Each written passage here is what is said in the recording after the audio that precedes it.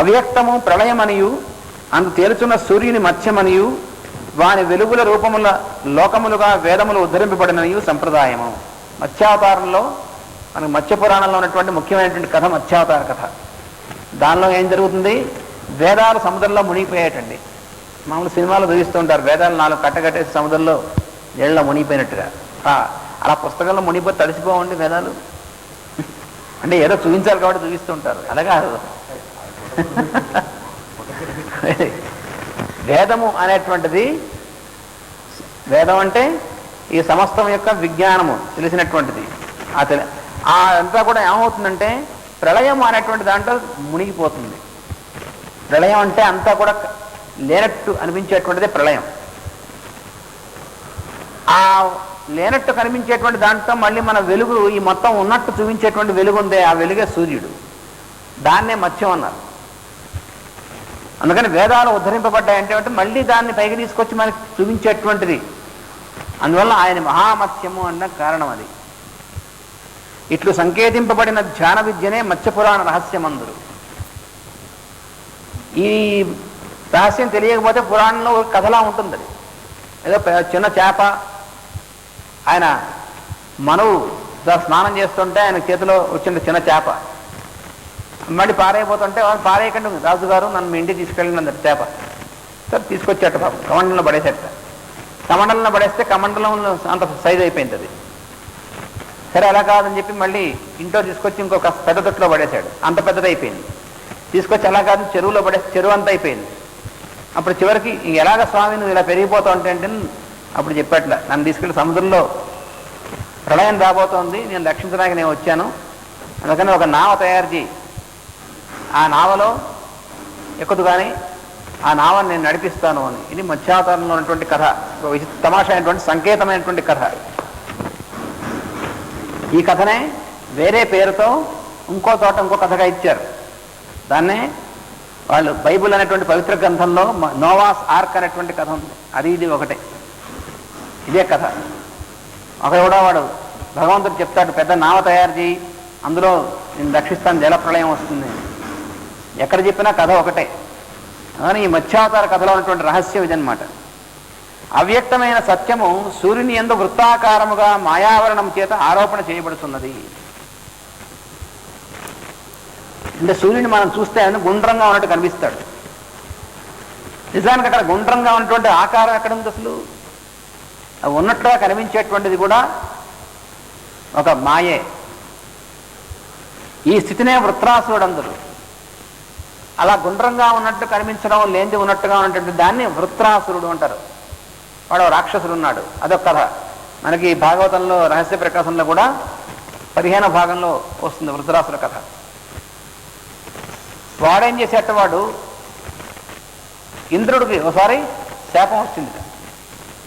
శాపం వస్తే వాడికి ఇంద్రుడు పొరపాటు పని చేశాడు, అదొక కథ అందులో వస్తుంది మనకు ఆ భాగంలో, భాగవతంలోది. ఏం చేశాడంటే గురువుగా ఉన్నటువంటి 3 ముఖాలు ఉన్నటువంటి ఆయన్ని, ఆయన తనకంటే మించిపోతాడని చెప్పి ఆయన తల కాస్త తగ్గోసిచ్చాడు. ఆయన ప్రజాపతి కొడుకు ఆయన. ఆ ప్రజాపతికి ఏంటంటే అయితే నీ పని ఇట్లా ఉందని చెప్పి ఒక హోమం చేసి యాగం చేసి దాంట్లోంచి ఒక వృత్రాసురుడు అనేటువంటి వాడిని పుట్టించాడు. పుట్టించి నువ్వు ఇంద్రుడిని జయించిపోవన్నాడు. చేస్తే వాడు వచ్చి ఇంద్రుడిని ఆవరించేశాడు. వాడు జయించడం అంటే అక్కలే, వాడు ఆవరిస్తే చాలు. ఆవరిస్తే ఏమైంది, తను ఏం చేస్తున్నాడో తను తెలియకుండా ఉన్నటువంటి స్థితిలో ఉంటాడు. అదే మనకి వృత్రాసురుడు అంటే అహంకారం అన్నమాట. అహంకారం రూపంలో మన ఆవరించినటువంటిదే వృత్రాసురుడు. వాడిని జయించాలంటే ఏ ఆయుధం పనికిరాలేదు. అంత ముందున్నటువంటి అధికారాన్ని ప్రయోగించాడు, ఏం పని చేయలేదు. అప్పుడు చివరికి వజ్రాయుధం అనేటువంటిది ఎక్కడి నుండి దధీచి అనేటువంటి ఒక మహర్షి ఉన్నాడు. ఇదంతా కూడా సంకేత పదాలు, తర్వాత మళ్ళీ మనం చెప్పుకుంటాం ఆ కథలో. ఆ దధీచి అనేటువంటి మహర్షి యొక్క వెన్నెముకని ఆయుధంగా తీసుకోమన్నారు. ఆ మహర్షి దగ్గరికి వెళ్ళి చెప్తే, ఓ తప్పకుండా తీసుకొని ఆయన అని చెప్పి తన శరీరాన్ని దగ్ధం చేసేట ఆయన. అప్పుడు ఆ వెన్నెముకను తీసుకుని దాన్ని వజ్రం అనేటువంటి ఆయుధంగా ప్రయోగిస్తే అప్పుడు ఈ వృత్రాసురుడు చచ్చిపోతాడు. అంటే అహంకారం, ఆ అహంకారం అనేటువంటి దాటాలంటే అహంకారం చేత ఆవరింపబడినటువంటి మనస్సుతో ప్రయత్నం చేసి దాటలేదు. అందుకని ఆ మనస్సులో అసలు ఆ మనస్సే అహంకారం చేత ఆవరింపబడింది, దాంతో ఏం దాటుతాం. అందుకని ధీ అంటే బుద్ధి, దధీచి అంటే బుద్ధి ఎందు ఉన్నటువంటి వాడు, అహంకారం కంటే పైనటువంటి వాడు, ఆయన యొక్క వెన్నెముక దాన్ని తీసుకుని ప్రయోగించాలన్నాడు. అప్పుడు ఈ అహంకారాన్ని దాటుతాం. అది దధీచి మహర్షి అంటే. ఇవన్నీ కూడా సంకేత పదాలు అన్నమాట. అందువల్ల ఈ వృత్రాసురుడి యొక్క కథ కూడా ఈ మత్స్య పురాణంలో ఉంది. ఈ వృత్రాసురుడే సూర్యుడి చుట్టూ ఈ బింబం ఉన్నట్టుగా కనిపించేట్టు చేసేటువంటి వాడు వాడే, ఏం లేనట్టు ఉన్నటువంటి దాన్ని. ఈ స్థితినే వృత్రాసురుడు అందరూ. ఈ మాయను దాటిన సత్యము దర్శించు ప్రజ్ఞను వృత్రాసుర వధ చేసిన ఇంద్రుడు అందరూ. ఈ మాయను దాటించేటువంటి ప్రజ్ఞ మనలో ఏదైతే పనిచేస్తుందో ఆ ప్రజ్ఞని వృత్రాసుర వధ చేసినటువంటి ఇంద్రుడు అంటారు. మనలో కూడా ఇంద్రుడు ఉన్నాడు. అదేమిటండి మనలో ఇంద్రుడు ఎక్కడున్నాడు? ఇంద్రుడే గారు సమస్త దేవతలు మనలో ఉన్నారు. అదేమిటి మనకు ఎప్పుడు తెలియదే. మనం ఎప్పుడైనా దాని గురించి పట్టించుకుంటే కదా మనలో ఎవరున్నారు అనేటువంటిది. ఎంతసేపు మనమే ఉన్నాం అనుకుంటాం తప్ప ఈ లోపల ఎవరున్నారు, ఏం చేస్తున్నారు ఎప్పుడైనా ఆలోచించామా? అదేమిటండి ఎక్కడా మరి కనిపించదు, నేను ఒక్కడనే ఉన్నాను కదా. మరి నువ్వు ఒక్కడే ఉంటే నువ్వు నిద్రపోతున్నప్పుడు ఉచ్ఛ్వాస నిశ్వాస ఎట్లా జరుగుతున్నాయి ఎప్పుడైనా ఆలోచించామా? మనం నిద్రపోతున్నప్పుడు మన చేత గాలి పీల్చిస్తుంది ఎవరు? అప్పుడు మనం మేలుకున్నప్పుడు కూడా మనం పీల్చట్లేదే.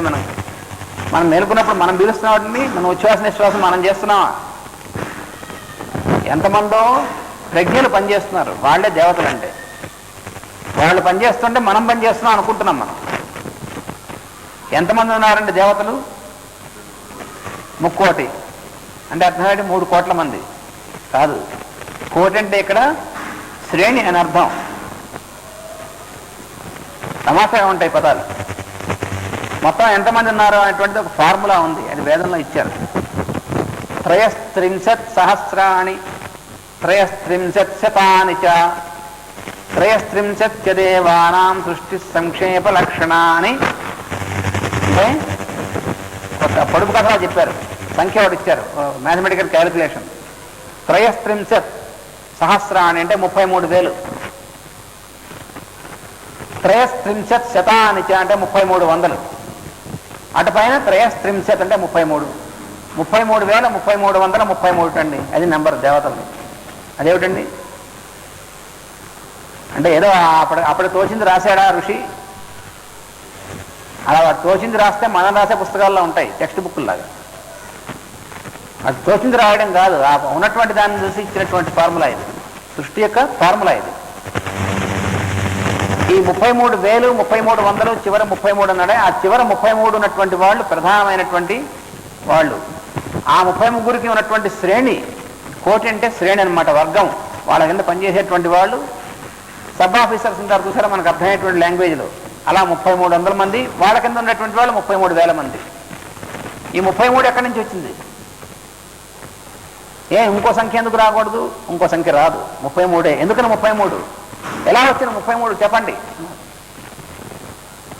ఎలా వచ్చిందంటే 3 లోకాలు ఉన్నాయి. అవేమిటి? ఆదిత్యలోకం, రుద్రలోకం, వసులోకం అనేటువంటివి. ఆదిత్యలోకం అంటే ఎక్కడి నుంచి అయితే వెలుగులు ప్రసరిస్తూ ఉంటాయో ఆ లోకాన్ని ఆదిత్యలోకం అంటారు. ఆ లోకంలో ఉన్నటువంటి వాళ్ళు ఆదిత్యులు 12 మంది ఉన్నారండి. లెక్కేసుకోండి, 12. ఆ తర్వాత లోకం రుద్రలోకం అంటారు. ఆ రుద్రలోకంలో ఉన్నటువంటి వాళ్ళు 11 మంది ఉన్నారు, ఏకాదశ రుద్రులు. అంటే ఆదిత్యులు అంటే రేడియేషన్ అనేటువంటిది కలిగించేటువంటి వాళ్ళు. ఎక్కడి నుంచి అయితే వెలుగు అనేటువంటిది పుడుతుందో ఆ వెలుగు పుట్టడానికి కారణమైనటువంటి వాళ్ళు ఆదిత్యులు అంటారు. ఆ తర్వాత వైబ్రేషన్ అనేటువంటి స్థాయి ఉంటుంది. అంటే మనకి ఎలక్ట్రానిక్స్ అనేటువంటి సైన్స్లోకి వెళితే ఆ ఎలక్ట్రాన్స్ ఎందుకు వైబ్రేట్ అవుతున్నాయి అనేటువంటిది, ఎలక్ట్రాన్స్ వైబ్రేట్ అవుతున్నట్టు తెలుసు, ఎందుకు వైబ్రేట్ అవుతుందో అనేటువంటిది ఇంకా చెప్పలేదు. ఎందుకు ఆ వైబ్రేట్ అవుతాయి అంటే ఆ ఎనర్జీ ట్రాన్స్ఫార్మేషన్ అంటే ఏమిటి? 0.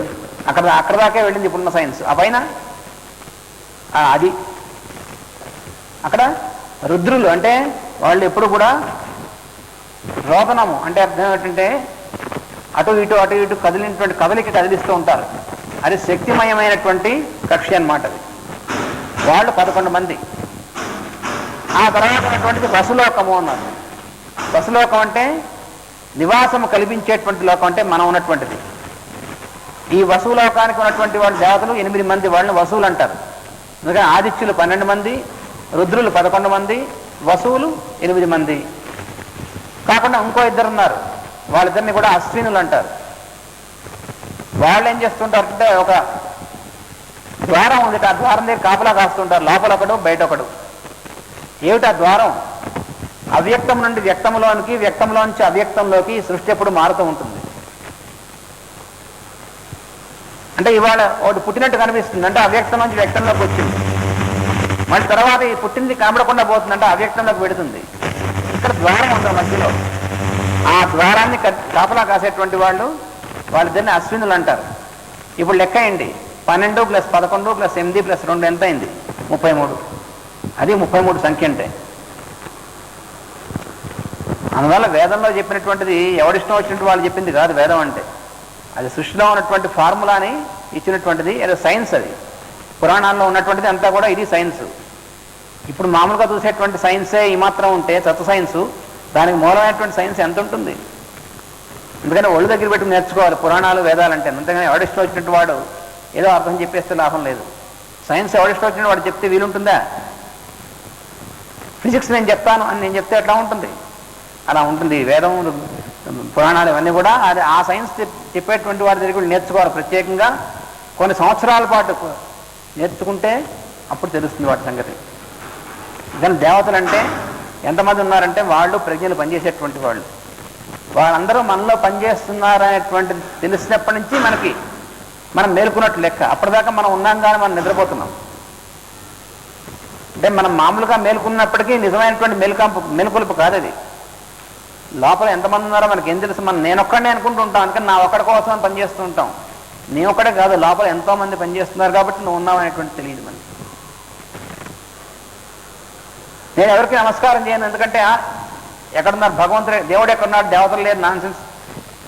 ఉన్నారో లేరో ఒకసారి చూడు. ఒక 5 నిమిషాలు గాలి పీల్చకుండా ముక్కు మూసుకొని కూర్చో, ఉన్నాడో లేడో తెలుస్తుంది. ప్రూఫ్ ఏమిటి? ప్రూఫ్ అక్కడ నువ్వే ప్రూఫ్. ఆ 5 నిమిషాల తర్వాత నువ్వు గాలి పీల్చకుండా ఉంటే నువ్వు ఉండవు ప్రూఫ్కి అన్నాడు. అందుకని ఊరికే దబాయించే లాభం లేదు. మన ఊపిరితిత్తులు పనిచేస్తుంది, ఎవరు చేయిస్తున్నారు? లోపల ఉన్నటువంటి శక్తి ఏమిటి? ఆ శక్తిని భగవంతుడు అన్నారు. అంతేగాని ఎక్కడో లేనటువంటి వాళ్ళు చూపించారు, అది ఇవన్నీ కూడా తెలియనటువంటి వాళ్ళు చెప్పేటువంటి కబుర్లు. ఈ మాయం దాటిన సత్యమును దర్శించు ప్రజ్ఞను వృత్రాసుర వధ చేసిన ఇంద్రుడు అంటారు. అందుకే మనలో కూడా ఇంద్రుడు అంటే మనలో ఎవరు? ఇంద్రియములకు అధిపతి అయినటువంటి ప్రజ్ఞ. మనలో ఉన్నటువంటి కర్మేంద్రియాలు, జ్ఞానేంద్రియాలు, వాటిని నడిపించేటువంటి మనస్సు, ఆ మనస్సుకు అధిపతి అయినటువంటి వాడిని ఇంద్రుడు అంటారు. ఈ సాధనకు భక్తి యోగమును ఆశ్రయించి పెద్దలను సేవించుట మార్గము కనుక భాగవతమనిరి.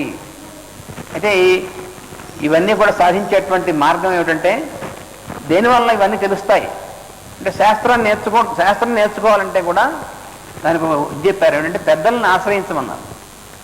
పెద్దలను ఆశ్రయించి వాళ్ళని సేవిస్తే తెలుస్తుంది తప్ప, లేకపోతే ఊరికే సైన్స్గా తెలుస్తున్న అనుభవం రాదు. అనుభూతి రావాలంటే మాత్రం పెద్దల యొక్క అనుగ్రహం కావాలి. ఎందుకు? భాగవత మార్గం అందుకు.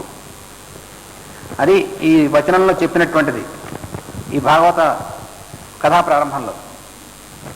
అప్పుడు అంటున్నాడు అన్నమాట, శ్రీమంతమై మునిశ్రేష్ఠ కృతంబైన భాగవతంబు సద్భక్తితోడ వినకోరు వారల విమల చిత్తంబుల చెచ్చర ఈసుడు చిక్కుగాక ఇతర శాస్త్రంబుల ఈసుండు చిక్కునే మంచివారలకు నిర్మత్సరులకు కపట నిర్ముక్తులై కాంక్ష చేయకయును దగిలియుండుట మహాతత్వ బుద్ధి బరగనాధ్యాత్మికాది తాపత్రయంబు నడచి పరమార్థభూతమై అధిక సుఖదమై సమస్తంబుగాకయు అయ్యునుండు వస్తు వెరుగంగదు దగు భాగవతమునందు. అంటే ఎక్కడ అనేటువంటిది ఈ తర్వాత పద్యంలో చెప్తున్నారన్నమాట. ఏంటంటే భగవంతుని యందు సమాధి స్థితి చిక్కేటువంటి మార్గం ఏమిటో అది భాగవతంలో చెప్పబడింది, అది చెప్తున్నటువంటిది. అయితే దీనివల్ల ఈ స్థితి చిక్కుతుంది.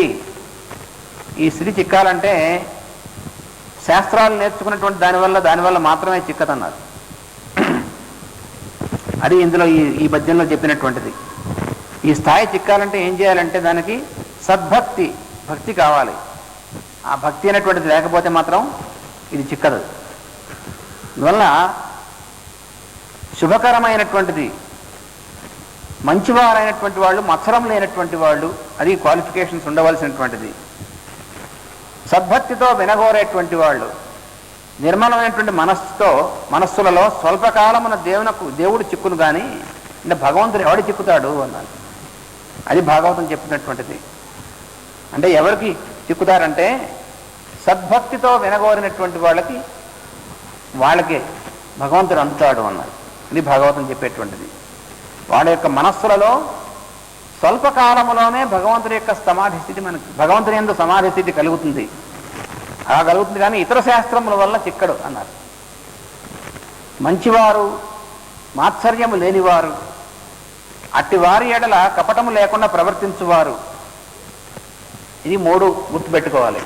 మనం మంచివాళ్ళు అయి ఉండాలి, మత్సరం లేని వాళ్ళు అయి ఉండాలి. అంతేకాకుండా అటువంటి వాళ్ళ యందు కపటం అనేటువంటి బుద్ధి లేకుండా అటువంటి ప్రవర్తన కలిగి ఉండాలి. ఈ 3 క్వాలిఫికేషన్స్ అది ఉండవలసింది. అటు ప్రవర్తించేటువంటి వాళ్ళు ఈ భాగవతమును ఏ కోరిక లేక మిక్కిలి కోరికతో చదువుకునవలెను అన్నారు. అయితే ఇక్కడ కూడా రహస్యం ఉంది. ఏమిటంటే భాగవతం చదువుకుంటే మనకి ఏం కలిసి వస్తుంది అని చదువుకున్నావా చదువుకోవద్దన్నారు. చాలామంది చేస్తుంటారు. చాలామంది ఏం చేస్తారంటే భగవద్గీత పారాయణం, భాగవతం పారాయణం, అయితే హనుమాన్ చాలీసా పారాయణం చేస్తుంటారు, మంచిదే. కానీ అవన్నీ కూడా ఎందుకు చేయాలంటే మనలో ఉన్నటువంటి కోరికలైనటువంటి వాటిని జయించి అటువంటి స్థితి రావడం కోసం చేయాలి తప్ప మన కోరికలు కోరి వీటి కోసం చేస్తే మాత్రం దుఃఖం వస్తుంది అన్నాడు. అది తెలియదు చాలామందికి. చాలామంది ఏమనుకుంటారంటే ఇవి చేస్తే మనం అనుకున్నటువంటివన్నీ అయిపోతాయి అనుకుని చేస్తారు, తర్వాత అవు అనుకోండి, అప్పుడు వాటి మీద నమ్మకం పోతుంది. హనుమాన్ చాలీసా పారాయణ చేస్తే మనం కోర్టులో కేసు గెలుస్తాం అని అనుకోండి. ఎవరి మీద మనం కోర్టులో దావా వేసాము, వాడు ఎవడు దావా వేసి హనుమాన్ చాలీసా పారాయణ చేస్తాడు 40 రోజులు, కోర్టులో గెలిచాడు అనుకోండి, హనుమంతుడు మనం చెప్పినట్టు విన్నాడు. ఒకవేళ అవతల వాడు కూడా హనుమాన్ చాలీసా పారాయణ చేస్తే అప్పుడేమవుతుంది, హనుమంతుడు వాడిని గెలిపిస్తాడా వీడిని గెలిపిస్తాడా చిక్కులో పడ్డు. అంటే హనుమంతుడు నీకు ఏమైనా స్టాంప్ పేపర్ మీద రాసిచ్చాడా హనుమాన్ చాలీసా పారాయణ చేస్తే నేను గెలిపిస్తాను కోర్టులోని? అందుకని ఇవన్నీ కూడా అజ్ఞానం అన్నమాట. హనుమాన్ చాలీసా పారాయణ ఎందుకు చేయాలంటే అవతల వాడి మీద దావా వేసేటువంటి బుద్ధి పోవడం కోసం చేయాలి, అందుకు పారాయణ చేయాల్సింది. అవతల వాడి మీద చిక్కులు పెట్టడం, ముళ్ళు వేయడం, దావా వేయడం, అవతల వాడిని ఇబ్బంది పెట్టడం అనేటువంటి బుద్ధి మనలో ఉంది, అది పోవడం కోసం పారాయణ చేయాలి. అప్పుడు చిక్కులు ఉండవు. అది తెలియదు చాలామందికి. మనం అనుకున్నవన్నీ అవ్వడం కోసం పారాయణ చేయాలనుకుంటారు. అందుకని హనుమాన్ చాలీసా పారాయణ చేసినా అంతే, సుందరకాండ పారాయణ చేసినా అంతే, భగవద్గీత పారాయణ చేసి, భగవద్గీతలో కూడా కొన్ని శ్లోకాలు తర్వాత వాళ్ళు కొంతమంది రాశారు, గీతా ప్రాశస్త్యం అని రాశారు. పెద్దవాళ్ళు పాపం రాశారు కానీ మంచిదే. కానీ వాళ్ళు అందులో ఈ శ్లోకం చదివితే ఇది కలుగుతుంది, ఈ 5 శ్లోకాలు చదివితే ఇది సిద్ధిస్తుంది, చాలా అజ్ఞానం అది. వాళ్ళందరూ పాపం ఎవరో పండితులు రాశారు కానీ వాళ్ళు కూడాను చాలా మిస్లీడ్ చేశారు. ఎందుకంటే భగవద్గీతలో చెప్పింది ఏమిటి? నిష్కామ కర్మయోగం. భగవద్గీతలో స్వామి చెప్పింది ఏమిటి? నువ్వు ఏ పని చేసినా కూడా నిష్కామంగా కర్మ చేయమన్నాడు. అటువంటి నిష్కామ కర్మయోగం చెప్పినటువంటి భగవద్గీతని కామ్యకర్మల్లో పెడుతున్నాం మనం. ఈ శ్లోకం చదివితేనేమో ఉద్యోగం వస్తుంట, ఆ 5 శ్లోకాలు పారాయణ చేస్తే వాడికి ప్రమోషన్ వస్తుంది అంటే భగవద్గీత అందుకోసమా? అందులో చెప్పింది ఏమిటి, నువ్వు చేస్తుంది ఏమిటి? అందుకని భాగవతం కూడాను, భాగవతం చదువుకుంటే మనకి ఉద్యోగం ప్రమోషన్ వస్తుంది, చదువుకోకుండా అలా అయితే. లేకపోతే మనకు ఉన్నటువంటి అప్పులను తీరిపోతాయి అంటే నువ్వు అప్పులు చేసే ముందు భాగవతాన్ని అడిగి చేసావా? అప్పులు చేసేసి భాగవతం చదువుకుంటే తీరిపోతుందంటే వాళ్ళు 1,00,000 రూపాయలు అప్పు చేస్తాను నేను, భాగవతం చదువుతుంది 100 సార్లు చదువుతా, ఒకసారి కాదు, చస్తే తీరదు. మరి ఎందుకండి మరి అంటే ఎలా ప్రవర్తించాలో ఎలా ఉండాలో తెలుసుకునేటువంటి భాగవతం కానీ పురాణం వేదం భాగవతం అన్నీ కానీ మనం చేసేటువంటి విధ పనులను చేసేసి అవి పోగొట్టడం కోసం వాటి యొక్క రిజల్ట్ పోదు. అంటే మనం చేసినటువంటి కర్మ యొక్క ఫలితం పోదు ఎక్కడికి. ఆ కర్మ ఎలా చేస్తామో ఆ చేసేటువంటి దాని సమర్పణ కోసం ఇవన్నీ చదవాలి. అందుకు భాగవతం చదవాలి. అది తెలియాలి చాలామంది. అది తెలియకపోతే చాలా సంవత్సరాల పాటు ఏమిటో అండి ఇన్ని సంవత్సరాల నుంచి భాగవతం జరుగుతున్నా ఎప్పటికి కలిసి రాలేదు అన్ని కానీ కలిసి వస్తుంది. ఏమిటి కలిసి రావాలి నీకు? కలిసి రావడం అంటే మన ఉద్దేశం ఏమిటని. అందుకని మనలో ఉన్నటువంటి నిష్కామమైనటువంటి స్థితి రావాలి. అది అందుకోసం చదవాలి. ఇది అందుకనే భాగవతము ఏ కోరిక లేక మిక్కిలి కోరికతో చదువుకోవాలని. అదేమిటండి మళ్ళీ అదేమిటి మళ్ళీ అంటే ఏ కోరిక కోరితే మిగతా కోరికలు ఉండవో అది కోరాలన్నాడు. అంటే భగవంతుని కోరాలన్నాడు. అది కోరవలసింది. అంటే మనకు కోరడం అనేటువంటిది మా మనసుకు లక్షణం కదా, జాడ్యం. అది పోయి చావదు. అందుకని అయితే నీ మనస్సుకు ఎలాగో కోరడం అనేటువంటిది పోవట్లేదు కాబట్టి ఏది కోరితే మిగిలినటువంటి కోరడం అనేటువంటిది పోతుందో అది కోరమన్నాడు. అది చాలా తమాషా అయినటువంటి ఉపదేశం భాగవతంలో. అందువల్ల నీ మనస్సు మామూలుగా అలవాటు పడిపోయింది కోరడానికి. అందుకని భగవంతుని యొక్క సాన్నిధ్యం కోరు, అప్పుడు ఈ కోరికలు ఉండవు. అందుకు భాగవతం చదవాలి. అందుకని నిష్కామైనటువంటి విధంగా ఏ కోరిక లేకుండా మిక్కిలి కోరికతో అంటే భాగవతం చదవడం అనే కోరికతో భాగవతం చదివితే అప్పుడు మనస్సు సరైనటువంటి స్థితిలోకి వస్తుంది. అంత ముందంతా కూడా మనస్సు ఎలా ఉంటుంది? ఆ పాదరసం పైకి ఎక్కేస్తుంది చూసారా, అలా ఉంటుంది. మన పైకి అంతా ఎక్కిపోయి ఉంటుంది పాదరసం ఎక్కి. అక్కడ ఉన్నప్పటికీ ఏమవుతుందంటే పడిపోతూ ఉంటాం, దెబ్బలు తగులుతూ ఉంటాయి, బుర్ర తిరుగుతూ ఉంటుంది, తల తిరుగుతూ ఉంటుంది. ఎందుకంటే పాదరసం పైకి చూపిస్తూ ఉంటుంది. అదంతా దిగి మామూలు స్థితికి వస్తుంది భాగవతం చదివితే. అంటే ఏమిటంటే సమమైనటువంటి స్థితికి వస్తాం అన్నమాట మన మనస్సు. లేదా అంత ముందు వాళ్ళ గురించి అభిప్రాయాలు, వీళ్ళ గురించి అభిప్రాయాలు ఇవన్నీ ఉండి బాగా లోపల తొక్కిపోయి ఉంటుందన్నమాట. దానివల్ల సర్వాంతర్యామి తత్వం బుద్ధికి అందును. దానితో ఆధ్యాత్మికము మొదలగు 3 తాపములు అణగిపోవును. తాపాలు 3 ఉన్నాయండి మనకి. అదేమిటండి? ఎండతాపం, అధిక తాపం అంటే తాపత్రయములు అంటారు. మనం వాడుతూ ఉంటాం పదాన్ని. తాపత్రయం ఎక్కువ అండి వాడికి. ఏమిటి తాపత్రయం అంటే 3 రకాలైనటువంటి తాపాలు ఉన్నాయి. అది మన ఇక్కడ 3 తాపాలు అని చెప్పినటువంటిది. అంటే ఆధ్యాత్మికము, ఆది దైవికము, ఆది భౌతికం అనేటువంటివి 3 తాపాలు ఉన్నాయి. ఇక్కడ ఆధ్యాత్మికము అంటే అర్థం ఏమిటంటే ఇక్కడ ఆత్మ అంటే ఇక్కడ శరీరం. ఈ శరీరానికి సంబంధించినటువంటి తాపాలు ఉంటాయి, అవి ఆధ్యాత్మికమైన తాపాలు అంటారు. అంటే శరీరానికి కావాల్సినటువంటివి నెరవేర్చవలసినటువంటివి, అది ఆధ్యాత్మికము. రెండోది ఆది దైవికము అంటే దైవము. మనకు దైవం అంటే ఏమిటి? మన కంట్రోల్లో లేనటువంటిది, మనకు అతీతమైనటువంటి శక్తి వల్ల కలిగేటువంటివి, దానివల్ల కలిగేటువంటి తాపాన్ని ఆది దైవికము అంటారు. తర్వాత ఆది భౌతికము. వీటి గురించి మళ్ళీ వివరిస్తారు అందులో. ఈ 3 రకాలైనటువంటివి ఏవైతే ఉన్నాయో అవి అంటే ఏమిటంటే సమస్తము తానై ఉండుట అనగా ప్రతి అణువునందును దేవుని అంతర్యామిత్వం ఉండుట. ఈ తాపాలకి వీటికి ఉన్నటువంటి సంబంధం అంతా కూడా మళ్ళీ మనకి ఇంకో చోట వివరించారు. అది కూడా చెప్పుకుంటాం మనం. ఈ 3 తాపాలు కూడా అణిగిపోవాలంటే ఏం చేయాలి అన్నారు. భాగవతం జరిగితే అణిగిపోతాయి. ఈ 3 తాపాలు అణగడం కోసమే మనం చేసేటువంటి ప్రయత్నం అంతా మనం తెలియకుండా. కానీ అణగవు పట్టాన. ఎప్పుడు పైకి పనిచేస్తూ ఉంటాయి, 3 కూడా కొడుతూ ఉంటాయి పైకి. నిరంతర సుఖమును ఒసగగలిగిన వస్తువు ఒకటి ఉన్నది, అది సమస్తము తానై ఉండును, అందేదియు కాక కూడా ఉండును, భాగవతం దానిని తెలుపును అన్నారు. అది భాగవతం ఏం తెలుపుతుందంటే అన్నీ తానే అయ్యుండి ఏది కానటువంటి వస్తువు అదే సర్వాంతర్యామి. దాన్ని మనకు అందించేటువంటి ఉపకరణమే భాగవతం. అందుకని అది ఎప్పుడైతే మనకు అందుతుందో అప్పుడు తాపాలు 3 కూడా పూర్తిగా అణిగిపోతాయి. అలా ఉండే వరకు కూడా తాపాలు పనిచేస్తూ ఉంటే దానిలో మనం కొట్టుకుంటూ ఉంటాం. అందుకని అందుకోసం భాగవతం అనేటువంటిది ఇచ్చాము అని ఈ పద్యంలో చెప్పాడు. తర్వాత కథా ప్రారంభం ఇవాళ అయింది మనకి భాగవతంలో. మళ్ళీ రేపు మనం తర్వాత పద్యంలో నైమిషారణ్యంలో వీళ్ళందరూ కూర్చున్నటువంటిది ఏం చేస్తూ ఉంటారో అనేటువంటిది తర్వాత దీంట్లో చెప్పాడు. అది సూతుడు మొదలైనటువంటి మునులు ఏం చేస్తూ ఉంటారు అనేటువంటిది అది మనం రేపు చెప్పుకుంటాం. స్వస్తి. శ్రీమద్భాగవతీ గాథ రహస్యార్థ ప్రకాశకం సంశయోన్మూలనచనం కృష్ణం వందే జగద్గురుం. వందే శ్రీరాధికాం దేవీం బృందారణ్యవిహారిణీం యస్యా కృపాం వినా కోపి న కృష్ణం జ్ఞాతుమర్హతి. పుంజీభూతం ప్రేమ గోపాంగనానాం మూర్తిభూతం భాగధేయం యదూనాం ఏకీభూతం గుప్తవిత్తం శృతీనాం శ్యామీభూతం బ్రహ్మ మే సన్నిధత్తాహం.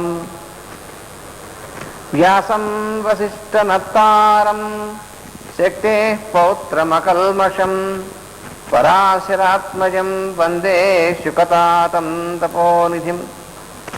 వ్యాసాయ విష్ణురూపాయ వ్యాసరూపాయ విష్ణవే నమో వై బ్రహ్మనిధయే వాసిష్ఠాయ నమో నమః.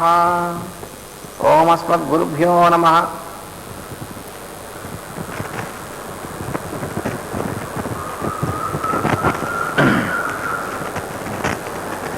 174 పేజీ.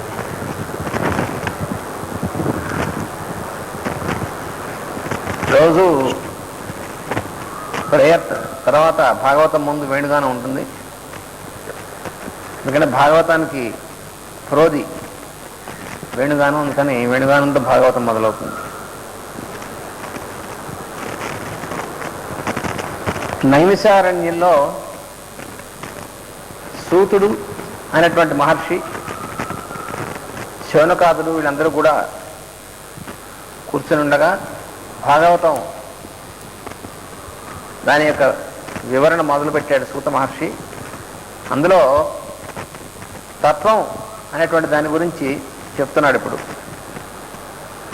అని ఇట్లు దేవతా గురు నమస్కారంబులు చేసి ఇట్లనియే మునీంద్రులారా, నన్ను మీరలు నిఖిల లోకమంగళంబైన ప్రయోజనం బడిగితిరేమిటం దృష్ట సంప్రశ్నంబు చేయంబడు నిర్విధంబున ఆత్మ ప్రసన్నంబగు నిర్విఘ్నయు నిర్హేతుకయునైన హరిభక్తి ఏ రూపంబునం గలుగు అది పురుషులకు పరమధర్మంబగు వాసుదేవుని యందు ప్రయోగింపబడిన భక్తియోగంబు వైరాగ్య విజ్ఞానంబుల పుట్టించు.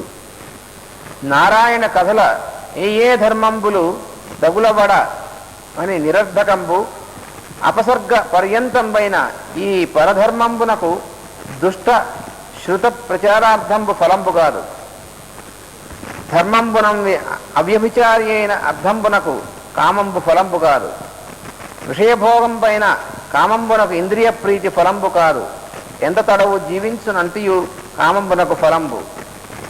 తత్వజిజ్ఞాస గల జీవులకు కర్మంబుల చేతన ఏది సుప్రసిద్ధంబది నిరర్ధకంబు. తత్వజిజ్ఞాస అనున్నది ధర్మజిజ్ఞాస అనుట కొందరు ధర్మంబే తత్వంబని పలుకుదురు. తత్వవిధులు జ్ఞానంబను పేర అద్వయంబైన ఏది తత్వంబని ఎరుంగుదురు.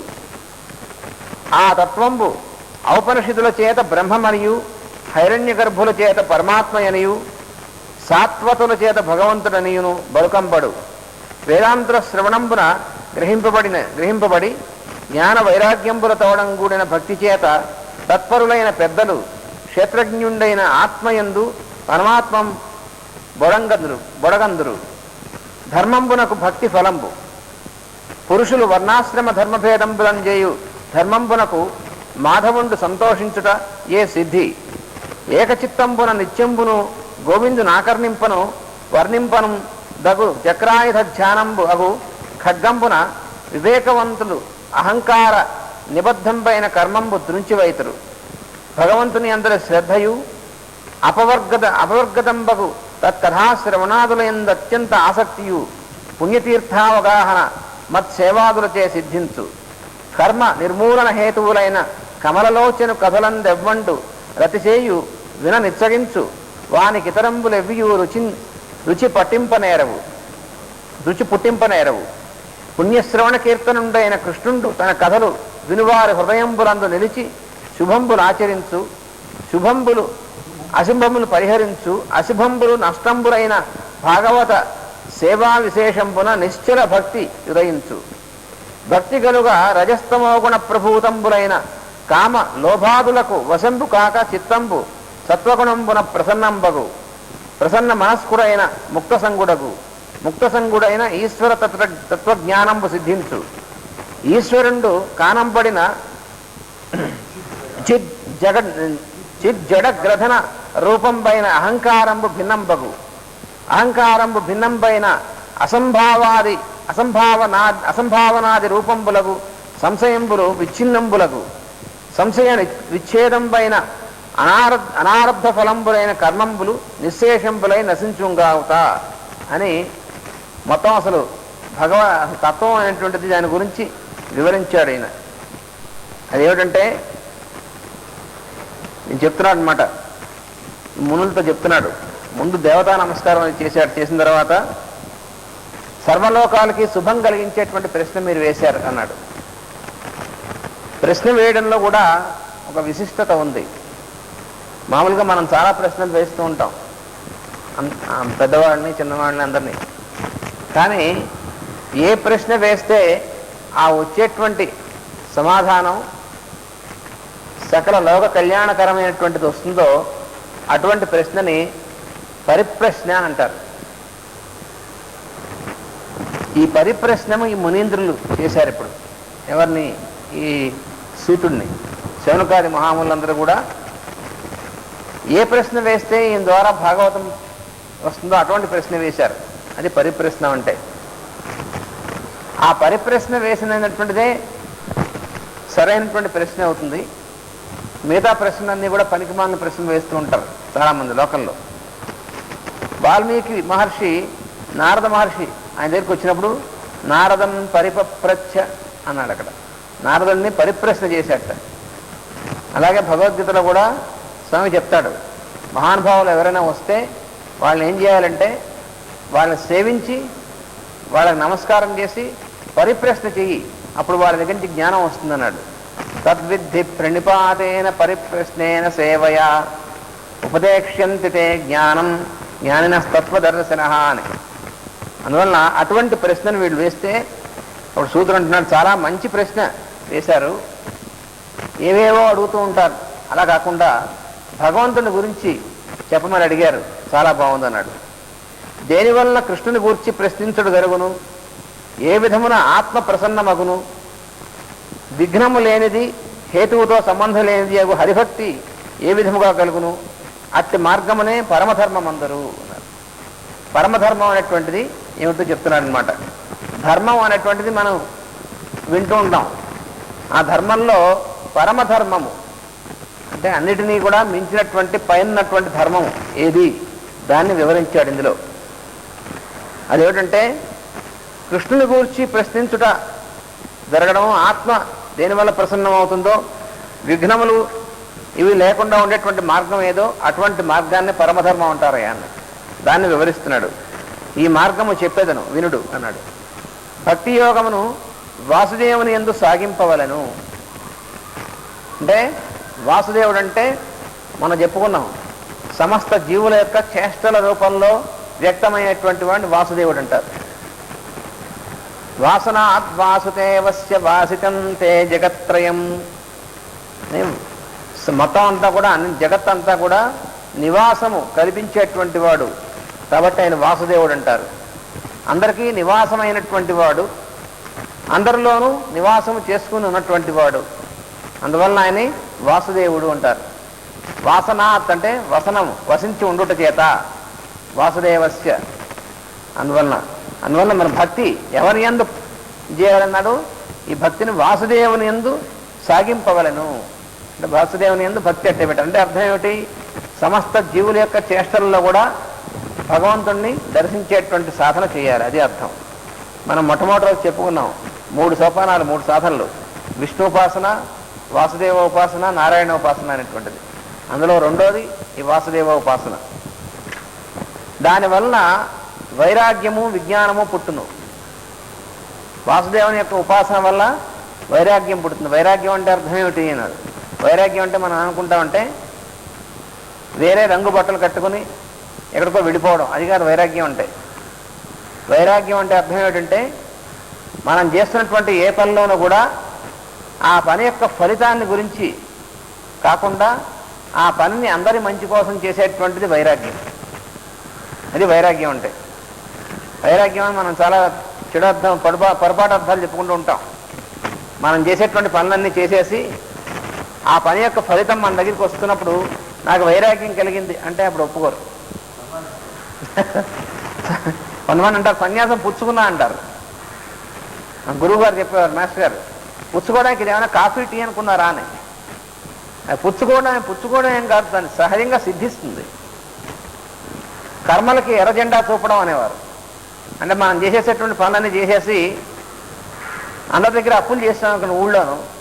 ఆ అప్పులు వాళ్ళు వచ్చి పట్టుకున్నప్పుడు నాకు ఇప్పుడు వైరాగ్యం కలిగింది, నాకు వాటితో సంబంధం లేదంటే మా అప్పులు తీర్చిన తర్వాత నీ వైరాగ్యం పెంచుకుంటారు. వాళ్ళు ఒప్పుకోరే. అందువల్ల వైరాగ్యం అంటే అర్థం పనులు వదిలిపెట్టి పారిపోవడం కాదు. రాగము అంటే అర్థం ఇన్వాల్వ్మెంట్ అంటారు ఇంగ్లీష్లో, చూసారా? అంటే అంటుకొనుట. అది ఆ అంటుకొనుట అనేటువంటిది లేకుండా ఉన్నటువంటి స్థితిని వైరాగ్యం అంటారు. అంటే ఉదాహరణకి మనం మామూలుగా నిత్య జీవితంలో ఏం చేస్తున్నాం? భార్య, పిల్లలు, అన్నదమ్ములు, లేక స్నేహితులు ఇలాగ ఉన్నారు. వాళ్ళ యందు మనం చేయవలసినటువంటి పనిని ఎందుకు చేస్తున్నాము అంటే ఈవిడ భార్య కాబట్టి నేను చెప్పినట్టు వింటుంది కాబట్టి నాకు సహాయం చేసి పెడుతుంది కాబట్టి అనేటువంటి దాంతో చేస్తున్నాం. అలాగే పిల్లలకి ఎందుకు మనం చూస్తున్నాం? వాళ్ళు పెద్దవాళ్ళే, మళ్ళీ మనం జాగ్రత్తగా చూడాలి కాబట్టి. స్నేహితుడికి సహాయం ఎందుకు చేస్తున్నాము? ఎప్పుడైనా అవసరం వస్తే మన సహాయం చేయాలి కాబట్టి. ఇగో ఇది రాగం అంటే. దానివల్ల ఏమవుతుందంటే మనం ఏం చేస్తున్నాం అంటే ఫలితాన్ని దృష్టిలో ఉంచుకొని కర్మను చేస్తున్నాం. అలా ప్రతి పని కూడా ఫలితాన్ని దృష్టిలో ఉంచుకొని మనం పని చేసినప్పుడు ఆ పనిలో మనం ఇరుక్కుంటాం. దానివల్ల ఏం కలుగుతుంది అన్నారు. తర్వాత వచ్చేటువంటిది నష్టము, దుఃఖము ఇట్లాంటివి కలుగుతాయి అన్నారు. అంటే మనం అనుకున్నట్టుగా జరగకపోతే దుఃఖం కలుగుతుంది. ఎందుకంటే ఎక్స్పెక్టేషన్ ఉంటారు చూసారా దాని. అందువల్ల ఫలితముతో సంబంధం లేకుండా నువ్వు నీ బాధ్యతగా వాళ్ళలో ఉన్నటువంటి వాసుదేవుణ్ణి ఉపాసిస్తూ చేసావా, అప్పుడు నువ్వు వైరాగ్యం కలిగినటువంటి వాడు, వైరాగ్య సంపన్నుడివి అన్నారు. అంటే ఎలా ఉంటుందంటే ఉదాహరణకి ఒక బ్యాంకులో క్యాష్ దగ్గర పనిచేస్తున్నటువంటి వాడు ఉన్నాడు, క్యాషియర్ అంటారు అతను రోజు అతని చేతి ద్వారా కొన్ని లక్షలు లోపలికి వస్తూ ఉంటాయి, కొన్ని లక్షలు వెళుతూ ఉంటాయి. ఇవి నావి అనగలడా? ఆ లక్షలకినూ అతనికి ఏమైనా సంబంధం ఉందా? లేదు. అలాగే తనకి ఇష్టమైనటువంటి వాడు స్నేహితుడు ఎవరన్నా వచ్చి ఒక 100 రూపాయలు చెక్ ఇచ్చాడు అనుకోండి, స్నేహితుడు కాబట్టి 200 రూపాయలు ఇస్తాడా? అలా ఇచ్చే అధికారం ఉందా అతనికి? లేదా తనకి ఇటనటువంటి వాడు పక్కింటి ఆయన ఎవరితో పోట్లాడుతుందో ఆయన వచ్చాడు, ఆయన వచ్చి 1000 రూపాయలు చెక్ ఇచ్చాడు అనుకోండి తీసుకోవడానికి, ఆయనకు 500 ఇవ్వగలడా? ఇలా ఏమీ చేయడానికి వీల్లేదు. అంటే అక్కడ ఉన్న తన వ్యక్తిగతమైనటువంటి అభిప్రాయాలతో ఏమీ సంబంధం లేదు అక్కడ. అలా సంబంధం లేకుండా ఉంటే అక్కడ ఉండగలడు, లేదా అక్కడి నుంచి తీసివేయబడతాడు. అలాగే ఈ నిత్య జీవితంలో కూడా మన ద్వారా చుట్టూ ఉన్నటువంటి జీవుల్లో ఉన్నటువంటి పరమాత్మకి వాళ్ళ యందు మన బాధ్యత ఏమిటి? పిల్లవాళ్ళు ఎందుకు మనం చూడాలి అంటే మనం తండ్రిగా ధర్మం కాబట్టి చూడాలి అంతే. అంతకు మించితే ఏమవుతుంది? మమకారం అంటారు, ప్రేమ కాదు. ప్రేమ వేరు, మమకారం వేరు. మమకారం ఉంటే ధృతరాష్ట్రుడును కౌరవుల్లా అవుతారు. అందుకనే వాడు మామకాహ అన్నాడు మొట్టమొదటి భగవద్గీతలో. మామకాహ పాండవ సేవ కిమకుర్వత సంజయ. మామకులంటే మమకారంతో నాకు సంబంధించినటువంటి వాళ్ళు. అప్పుడు ఏమవుతుంది? దుఃఖం అవుతుంది. అలా కాకుండా ప్రేమ అనేటువంటిది వేరు, మమకారం వేరు. ఈ రెండుకి తేడా తెలుసుకోవాలి. అందుకని వైరాగ్యం అనేటువంటిది ఎప్పుడు సిద్ధిస్తుంది? వైరాగ్యం అంటే అన్నింటి యందు కూడా మనం ఉండి అన్నింటిలోనూ పరమాత్మనే చూస్తూ పరమాత్మ యొక్క ఆయన యొక్క సాన్నిధ్యాన్ని అనుభవిస్తూ అనుభూతిలో ఉంటూ అన్ని పనులు కూడా దేని యందు మనం చేయవలసినటువంటి ఏ పని నుంచి విముఖత లేకుండా, అది వైరాగ్యం అంటే వైరాగ్య సంపన్నుడైనటువంటి వాడు ఇంకా అంతకు ముందు కంటే ఇంకా ఎక్కువ బాగా పనిచేస్తాడు, ఇంకా ఎక్కువగా అందరికీ సేవ చేస్తాడు. అది నిజమైనటువంటి వైరాగ్యం అంటే. తర్వాత విజ్ఞానము అనేటువంటిది కూడా. విజ్ఞానం అంటే విశేషమైనటువంటి జ్ఞానము. మామూలుగా విజ్ఞానం అనేటువంటి మాట వాడేస్తూ ఉంటాం, కానీ విజ్ఞానం అంటే ఏమిటి? లోపల ఉన్నటువంటి అంతర్యామి యొక్క జ్ఞానమే విజ్ఞానం. ఇది తెలియదు చాలా మందికి. ఏమిటంటే జ్ఞానానికి విజ్ఞానానికి తేడా ఏమిటి అడిగితే మామూలుగా వాడుతూ ఉంటాం రెండు పదాలు. ఏమిటి తేడా? జ్ఞానం అంటే ఇది బలాలని తెలియడం, విజ్ఞానం అంటే దాని లోపల ఉన్నటువంటి అంతర్యామి యొక్క దర్శనమే విజ్ఞానం. అందువల్ల ఎప్పుడైతే ఈ వాసుదేవుని యందు భక్తి సాగుతుందో అప్పుడు వైరాగ్యము విజ్ఞానము అనేటువంటివి కలుగుతాయి అన్నాడు. ఏ ఏ ధర్మములు విష్ణు కథలతో సంబంధము లేకుండానో వాని వలన ప్రయోజనము లేదు. అదొకటి. రెండోది, చాలా కథలు ఉంటాయి, కానీ విష్ణు కథలతో సంబంధం లేనటువంటి, విష్ణు అంటే అర్థం ఏమిటి ఒకసారి చెప్పుకున్నాం మనం. సర్వము వ్యాపించి ఉన్నటువంటి వాడిని విష్ణు అంటారు. అలా అందరూ వ్యాపించి ఉన్నటువంటి అంతర్యామి యొక్క సాధన లేనటువంటి కథలు చెప్పుకుంటే దానివల్ల ఏమీ ప్రయోజనం లేదన్నాడు. మనం చూస్తూ ఉంటాం, చాలా కథలు రాస్తూ ఉంటాం, చదువుతూ ఉంటాం, మనం పేపర్లో చదువుతూ ఉంటాం, లేకపోతే సినిమాలో చూస్తూ ఉంటాం కథలు. ఏంటి ప్రయోజనం? ఏమి ప్రయోజనం లేదు. అలాగే గ్రంథాలు, కావ్యాలు, నాటకాలు, పుస్తకాలు చూస్తాం. విష్ణు కథ లేనటువంటిది అంటే భగవంతుని యొక్క స్పర్శ ఇవ్వనటువంటిది, అంతర్యామి యొక్క స్పర్శ ఇవ్వలేనటువంటి కథ కూడా ఏ కథ అయినా సరే పనికిరాదన్నాడు. మోక్షము దాకా పనికి వచ్చినట్టి వాసుదేవునిపై భక్తి యోగం ఒకటే పరమధర్మము. అందుకని వాసుదేవుడు అంటే ఇప్పుడు చెప్పుకున్నాం కదా, అటువంటి సర్వజీవుల చేష్టల్లో ఉండేటువంటి ఆయన మీద ఉన్నటువంటి భక్తి యోగం, ఆ భక్తి యోగం ఒక్కటే పనికొచ్చేటువంటిది, అది పరమధర్మము అన్నాడు. కానీ దానికి ఫలితము వినిపించినట్టు ప్రపంచమున లభింపదు. అయితే మనకేంటి మామూలుగా మానవులకు ఉన్నటువంటి అలవాటు, ఫలితం బట్టి కదా మనం పనులు చేసేది ఎక్కువగా. అందులో మానవుడి యొక్క మనస్సు ముఖ్యంగా ఫలితాన్ని బట్టి ఆలోచిస్తూ ఉంటుంది. ఈ పని చేయాలంటే దీని ప్రయోజనం ఏమిటి అని అన్ని ప్రయోజనంతో ముడిపెట్టుకుని ఆలోచిస్తూ ఉండేటువంటిది మామూలుగా అలవాటు. దానివల్ల చిక్కుల్లో పడేది. ఇలా రోజు కాసేపు సేవ చేయండి అని అనుకోండి, చేస్తే ప్రయోజనం ఏమొస్తుంది అన్నారు.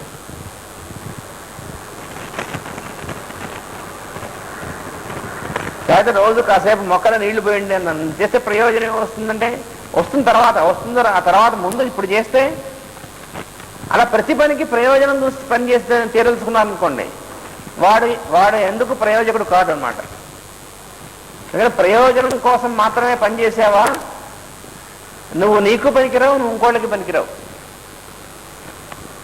ఎవరికి పనికిరావు అనమాట.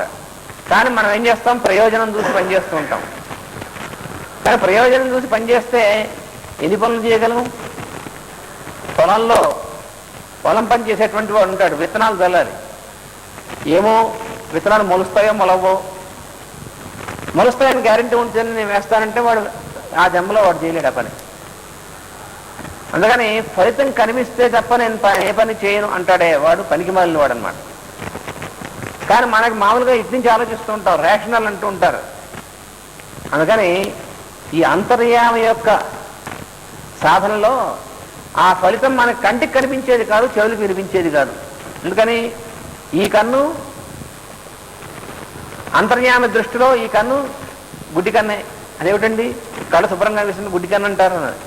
మనకు కనిపించేది ఎంత నిజానికి శాస్త్రీయంగా చూసినా కూడా ఎంత కనిపిస్తుందండి మనకి? ఈ కన్ను అన్ని చూస్తాం, అన్ని చూసేస్తాం అనుకుంటాం, కానీ తను చూడగలదా లోపల ఏముందో? మరి ఇంకెందుకు, అంత మాత్రమే పరిమితమైనటువంటిది. అలాగే ఈ చెవు వినిపిస్తుందో బాగానే వినిపిస్తుందండి అంటాం, ఎందుకంటే అవతల వాళ్ళు ఏం చెప్పుకుంటారు రహస్యం కూడా వింటూ ఉంటాం, అవి వినిపిస్తూ ఉంటాయి. విష్ణు కథ కావాలంటే వినడానికి కొంచెం ఇబ్బందిగా ఉంటుంది, కానీ ఇంకోళ్ళు మన గురించి ఏం చెప్పుకుంటున్నారో లేకపోతే పక్క వాళ్ళు ఏం మాట్లాడుకుంటున్నారో వినడానికి చెవు వినిపిస్తూ ఉంటాయి. కానీ ఈ చెవు విష్ణు కథ అంతర్యామి గురించి చెవుకి వినిపించలేదు ఆయన. ఈ చెవు ఎంత, దీని పరిమితి ఎంత? అందుకని ఈ దానికి ఫలితము కనిపించినట్టు వినిపించినట్టు ప్రపంచమున లభింపదు అన్నారు. ధర్మార్థ కామములలో ధర్మమునందు అర్థము వర్తింపబడను. పురుషార్థాలు అనేటువంటివి 4. ధర్మము, అర్థము, కామము, మోక్షం అంటారు. ఈ 4 పురుషార్థాలు అంటారు. పురుషార్థాలంటే ఒకసారి కోపడ్డారు, ఏంటంటే స్త్రీకి అర్థాలు ఉండవా అండి అని. ఇక్కడ పురుషుడంటే పురుషుడు స్త్రీ పురుషుల భేదం కాదు. పురుషుడంటే జీవి అని అర్థం. అసలు పురుషుడు అనేటువంటి మాటకి వేదంలో ఉన్నటువంటి అర్థం ఏమిటంటే, నిరుక్తమైనటువంటి శాస్త్రంలో చెప్పారు, పురుషాయతే అయితే పురుష అని. అంటే ఎవరైతే శరీరం ధరిస్తాడో వాడిని పురుషుడు అంటారు. మనందరం శరీరం ధరించినటువంటి ఈగ, దమ అవన్నీ కూడా పురుషులే. అందుకని పురుషార్థము అంటే అర్థం ఏంటంటే, మనం ఈ శరీరం ధరించి ఉన్నటువంటి దీనిలో మనం సాధించవలసినటువంటిది 4. అందులో ధర్మము మొదటిది, రెండోది అర్థము, కామము, మోక్షము అన్నారు. మనం ఎప్పుడు వింటాం ఈ పదాలంటే? ఎప్పుడు వింటూ ఉంటాం, పెళ్ళప్పుడు మాత్రం ఆ పురోహితుడు వారు పలికిస్తాడు, ధర్మేచ అర్థేచ కామేచ అని. నాతి చరామి నాతి చరిచర్య అంటాడు, అయిపోతుంది అప్పుడు.